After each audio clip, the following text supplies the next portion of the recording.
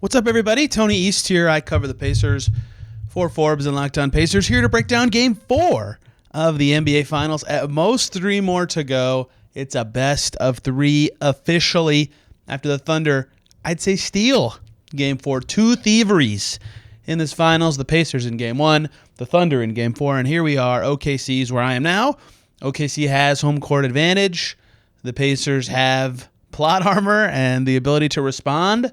You just never know on this stage what's going to happen, who's going to shrink, who's going to rise, as we've seen many times throughout this series. A huge Game 5 tonight, but we look back at Game 4 before we do any of that. Quite the game where I felt like, and if you listen to my Locked On Pacers episode right after the game, I felt like the Pacers were in control for so much of that one.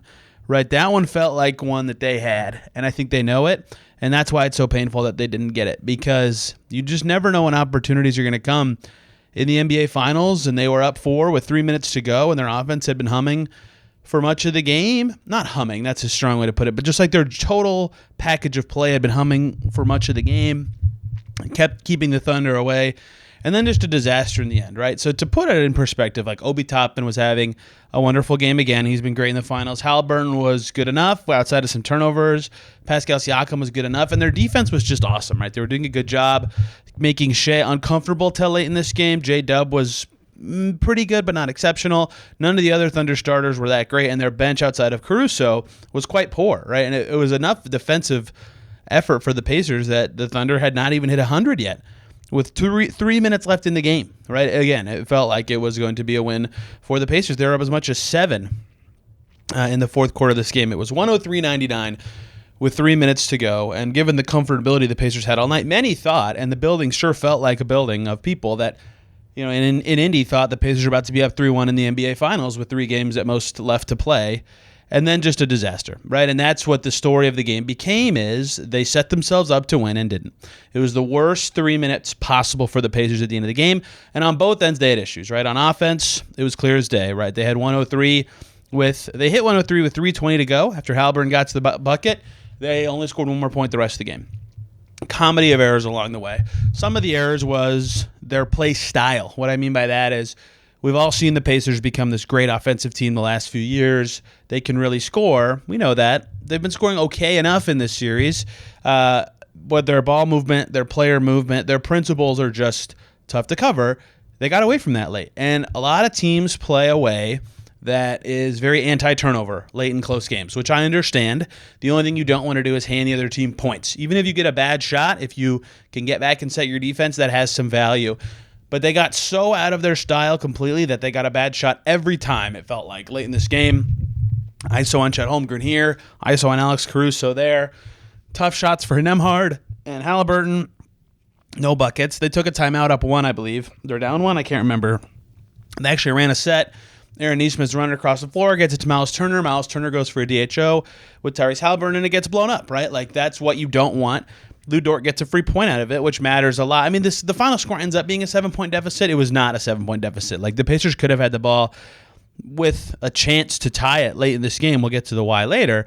But, like, there was just a lot of issues with their offensive process late in the game. They did get a few good looks, right? The Halliburton shot was not terrible. They got a wide-open Miles Turner 3, a decent Andrew Nembhard jumper that he'd hit earlier in the game, right? These were shots that they can make. They did not make them in this moment, but they needed to be better there. On the other end, Shai Gilgeous-Alexander and Jalen Williams just started screening for each other. It was SGA screening for J-Dub. The Pacers switched it, and SGA just went at Aaron Nesmith over and over. He scored 15 points in the final 4.5 minutes of the game. Some of that was his individual brilliance. Some of that was Pacers' defensive miscues. Some of that was fouling. Aaron Nesmith fouled out. Ben Mathurin comes in. I mean, I'm not even going to kill the Pacers for that. SGA is an MVP. Aaron Nesmith's a good defender. I think they're comfortable just switching that, right? I don't think that's something that they're truly afraid of strategically going forward. It did not go well for them, obviously. The results of those plays didn't go in their favor, but it's not something so awful where it's like a bad defender getting switched on to the MVP. It's just he was the MVP. He was brilliant. They got Andrew Nembhard off of him. Nembhard's been very good on him throughout the series. Nesmith fouled out with 44 seconds to go and was at the time a 2-point game. It became a 4-point game. That's when Turner missed his 3, but the Pacers got the offensive rebound, and Ben Mathurin to the line. He could have cut it to 2. He misses both, which matters because on the other end, the Thunder get points. He misses another free throw right after that. All that to say, the Pacers could have had the ball, I believe, down 105-103. Or, wow, that's not even close to right. Down 108-105 if he had made all of them, or 104-107, depending on how other things had gone on the defensive end. But they didn't even give themselves a chance by missing the free throws. And so down the stretch, after a game where almost the whole time, if you look at the game chart of who was leading and when and how often, the Pacers were in control. It was a game that the Thunder won because in the last 3 minutes, the Pacers' offense died, their defense couldn't stop Shea, and a lot of little things like free throws, like offensive execution leading to a turnover, and just shots that they can make didn't go their way. And they have to sit with that. It was probably the biggest 4 minutes in franchise history. They could have been up 3-1 and been the favorites in the finals for the first time ever. And instead, now they have to get up off the mat again. And that's where this shifts to now is, one, can their offense be better, right? They've won every game this entire postseason when they've scored more than 110 points. And they were trending towards that, and then their offense died in this game. How can they score better? They haven't shot well very often in the finals. They need Miles Turner and Aaron Nesmith to be a little bit more effective on the offensive end.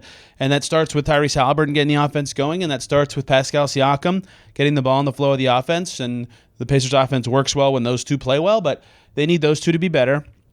On the defensive end, Shea's going to kill them. They need to hope that they can keep slowing Thunder role players. They've been sunk by Dort threes a few times, and Caruso, big games here and there. They've got to defend those guys really well.